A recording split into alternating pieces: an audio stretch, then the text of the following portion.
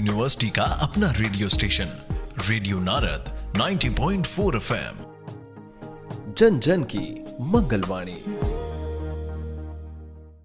राम राम जय राजा राम, राम राम जय सीता राम, राम राम जय राजा राम, राम राम जय सीता राम। दोस्तों, वैदिक काल से ही हमारी भारतीय संस्कृति वीरता की पूजक और शौर्य की उपासक रही है और हमारी संस्कृति की गाथा इतनी निराली है कि न सिर्फ हमारे देश भारत बल्कि विदेशों में भी इसकी गूंज सुनाई देती है। तभी तो पूरी दुनिया में भारत को विश्व गुरु माना गया है। स्वागत है दोस्तों, रेडियो नारद 90.4 FM से मैं हूँ आपके साथ आरजे यशी और प्रोग्राम शुरू हो गया है स्पेशल शो। जी हाँ दोस्तों, जिसमें मैं आपको बताती हूँ कि क्या कुछ खास है आज के दिन में। दोस्तों, भारत के प्रमुख पर्वों में से एक पर्व है दशहरा, जिसे हम विजयदशमी के नाम से भी जानते हैं। दोस्तों, दशहरा सिर्फ भारतीय त्योहार ही नहीं बल्कि इसे कई बातों का प्रतीक भी माना जाता है और इस त्योहार के साथ कई मान्यताएं और कहानियां भी जुड़ी हुई हैं। लेकिन हाँ, ना सिर्फ भारत बल्कि विदेशों में भी इसे बुराई पर अच्छाई की जीत का प्रतीक माना गया है। और वहीं दोस्तों, आपको बता दूं, आज है दशहरे का पर्व। दोस्तों, दशहरा बहुत ही हर्ष और उल्लास का प्रतीक है, जिसकी आपको ढेर सारी शुभकामनाएं। मैं प्रभु राम से दुआ करूंगी कि वो आपके जीवन की सारी बुराइयों को खत्म करके आपकी जिंदगी में खुशहाली ही खुशहाली भर दे। इसी के साथ मैं आपको बता दूं कि रावण के 10 सिर थे, जिसमें रावण के 10 सिर 10 पापों के सूचक माने जाते हैं, जैसे काम, क्रोध, लोभ, मोह, हिंसा, आलस्य, झूठ, अहंकार, मद और चोरी। और इन सभी पापों से हम किसी न किसी रूप में मुक्ति चाहते हैं, है ना? और इसी आस में रावण का पुतला हम हर साल बड़े से बड़ा बनाकर दशहरे के दिन जलाते हैं। और यही हमारी मान्यता होती है कि हमारे अंदर की सारी बुराइयां इस रावण के पुतले के साथ जल जाए। लेकिन क्या दोस्तों ऐसा होता है? नहीं ना, क्योंकि अगर ऐसा होता तो हर साल हम बड़े से बड़ा रावण क्यों जलाते, है ना? और इसका अर्थ ये निकलता है दोस्तों कि समाज में बुराइयां और असमानताएं हर साल रावण के जैसे ही बड़ी से बड़ी होती जा रही हैं। एक्चुअलिटी तो ये है दोस्तों कि हम इन त्योहारों पर सिर्फ अपनी परंपरा निभाते हैं, उन त्योहारों से मिले संकेत और संदेश अपने जीवन में उतार ही नहीं पाते। जबकि ये पर्व हमें ये संदेश देता है कि अन्याय और अधर्म का विनाश तो हर हाल में निश्चित है, फिर चाहे आप दुनिया भर की शक्तियों और प्राप्तियों से संपन्न क्यों ना हो। लेकिन दोस्तों, हम इन सब बातों को भूलकर आजकल त्योहारों को सिर्फ मनोरंजन तक ही सीमित रखते हैं। दोस्तों, हर युग में अन्याय, अहंकार, अत्याचार और आतंकवाद रहे हैं। अगर बात करें त्रेता युग की तो रावण, मेघनाद और तारका। बात करें द्वापर युग की तो वहाँ पर भी कंस, पूतना, दुर्योधन। और आज सतयुग की बात की जाए तो आतंक, भय, अन्याय और आतंकवाद जैसे पनप रहे हैं। त्रेता युग में प्रभु श्री राम, द्वापर युग में भगवान कृष्ण को अच्छाई का प्रतीक माना गया है, क्योंकि इनका पूरा जीवन हमें अपने आदर्शों पे चलने की शिक्षा देता है। जबकि दोस्तों, आप जानते होंगे प्रभु श्री राम और रावण दोनों ही भगवान शिव के उपासक रहे, लेकिन दोनों की व्याख्या अलग अलग। वहीं दोस्तों, इस दशहरे के पावन पर्व पर मैं आपसे कहूँगी कि अगर युवा पीढ़ी अपनी सोच में सुधार लाएगी तो कहीं न कहीं इस देश में बुराइयों का अंत जरूर होगा, है ना? इसी के साथ दोस्तों, यहाँ लेते हैं एक छोटा सा ब्रेक। इस ब्रेक के बाद वापस आकर बताऊंगी कि 9 दिन का क्या महत्व होता है इस दशहरे के साथ और देवी माँ की क्यों उपासना की जाती है। तब तक के लिए बने रहिए, जुड़े रहिए मेरे यानी आरजे यशी के साथ रेडियो नारद 90.4 FM, जन जन की मंगलवाणी।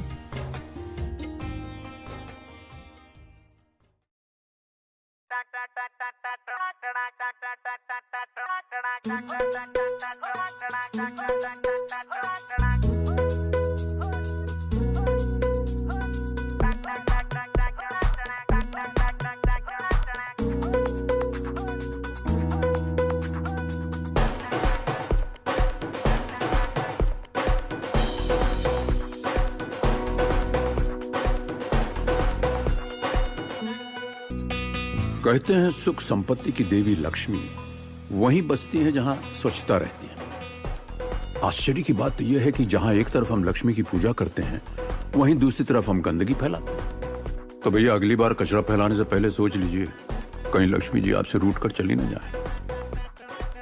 Do you want to build your career and want to become a renowned journalist or a TV anchor? Then do not wait. Mangalayatan University is there to help you in shaping your career with high qualified faculties, TV studio and with own radio channel to give you the real journalism experience. For more information, visit www.mangalayatan.edu.in or you may call us on 9359 555 555. Mangalayatan University. Learn today to lead tomorrow. अरे चिंटू, पानी बंद कर दे रे बेटा। अरे सोनिया बिटिया, अरे पानी बंद कर दे रे बिटिया। कोई नहीं सुनता। अरे उषा, जरा पानी बंद करके आ जाओ, नल से पानी टपक रहा है भाई। पंडित जी, कुछ काम करने से होते हैं, क्योंकि जल के साधन सीमित हैं। आज ही पानी बचाइए और अपनी नल को ठीक करवाइए पंडित जी। रेडियो नारद 90.4 FM द्वारा जनहित में जारी। स्वागत है दोस्तों, रेडियो नारद 90.4 FM से मैं हूं आपके साथ आरजे यशी और प्रोग्राम चल रहा है स्पेशल शो। जी हाँ दोस्तों, जिसमें मैं आपको बताती हूँ कि क्या कुछ खास है आज के दिन में। तो दोस्तों, आज है दशहरे का पर्व। बुराई पर अच्छाई की इस जीत की मैं आप सभी को शुभकामनाएं देती हूँ। इसी के साथ दोस्तों आपको बता दूं कि इस त्योहार को हर जगह अलग अलग तरीके से मनाया जाता है। कहीं कहीं रावण में छुपी हुई बुराइयों को जलाया जाता है, तो कहीं पर रावण की पूजा की है। चलिए दोस्तों, सबसे पहले जानते हैं कि दशहरे का महत्व और उसकी अहमियत क्या है। दोस्तों, गोस्वामी तुलसीदास द्वारा रामचरितमानस के अनुसार लंकापति राक्षस राज रावण ने वनवास के दौरान भगवान श्री राम की पत्नी सीता का अपहरण कर लिया था। दोस्तों, रावण की बातों से ही पता लगता था कि उसमें कितना घमंड भरा हुआ है। जैसे वो ये कहता था कि मतिमंद, तूने रावण की शक्तियों को नहीं पहचाना। हमारा हाथ खड़क की ओर जाता है तो आकाश में लोकपाल भय से कांपने लगते हैं। जिन भुजाओं ने स्वयं कैलाश को उठा लिया था, उन भुजाओं के फड़कने मात्र से देवता, गांधर्व और नक्षत्र भी भय से सांस रोक लेते हैं। तुम्हारी सेना में ऐसा एक योद्धा तो बताओ जिसके साथ युद्ध करने में रावण को आनंद मिले। युद्ध करने का बड़ा शौक था भाई इनको, और उन्हें अपने राज्य लंका ले गया और वहां जाकर माँ सीता को बंदी बनाकर रखा। रावण के सीता हरण के बाद भी माँ सीता सिर्फ पवित्र ही नहीं बल्कि धर्मी भी रही। अपने धर्म, अपने कर्म और अपने भगवान प्रभु श्री राम को इतना मानती थी कि अगर वो कुछ प्रण ले लें तो उसे पूरा करके ही रहती थी।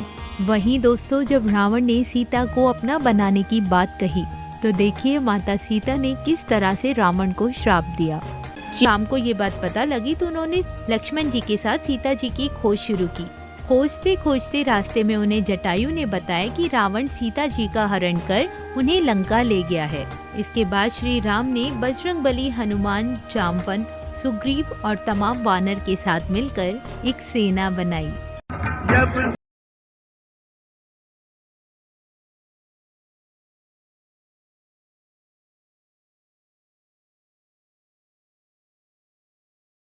प्रभु श्री राम ने लंकापति रावण के साथ युद्ध किया।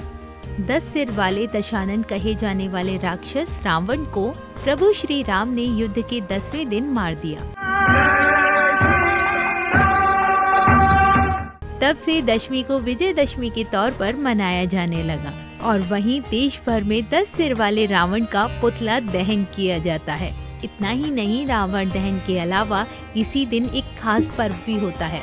जी हाँ दोस्तों, देवी दुर्गा ने राक्षस महिषासुर का वध आज ही के दिन यानी दशहरा वाले दिन ही किया था, जो कि आप दुर्गा सप्तशती में पढ़ सकते हैं। जी हाँ दोस्तों, दुर्गा सप्तशती में माँ दुर्गा और महिषासुर के वध की कथा बताई गई है। माँ दुर्गा ने आश्विन शुक्ल की दशमी तिथि को महिषासुर का वध किया था और इसी के बाद सभी देवताओं ने माँ दुर्गा की इस विजय पर उनकी पूजा अर्चना की थी। इसलिए भी इस तिथि को विजयदशमी कहा जाता है। और क्योंकि दशहरा के दिन माँ दुर्गा ने महिषासुर का वध किया और श्री राम ने रावण पर जीत हासिल की, तो इस दिन को बुराई पर अच्छाई की जीत का पर्व माना जाता है। जहाँ दोस्तों श्री राम मर्यादा और आदर्श के प्रतीक हैं, तो वहीं माँ दुर्गा शक्ति का प्रतीक है। और इस पर्व से लोगों को शांति के साथ मर्यादा, धर्मनिष्ठ और उच्च आदर्शों के साथ जीवन जीने की सीख मिलती है। उम्मीद करती हूँ दोस्तों आप भी अपने जीवन की सारी बुराइयों को खत्म कर अपने और अपने आसपास के लोगों के जीवन में खुशहाली जरूर लाएंगे। इस दशहरे पर ये प्रण जरूर लीजिएगा। इसी के साथ दोस्तों वक्त हो गया अब आपसे विदा लेने का। फिर हाजिर होंगी एक नए खास दिन पर कुछ नई खास बात लेकर। तब तक के लिए बने रहिए, जुड़े रहिए मेरे यानी आरजे यशी के साथ रेडियो नारद 90.4 FM। जन जन की मंगलवाणी।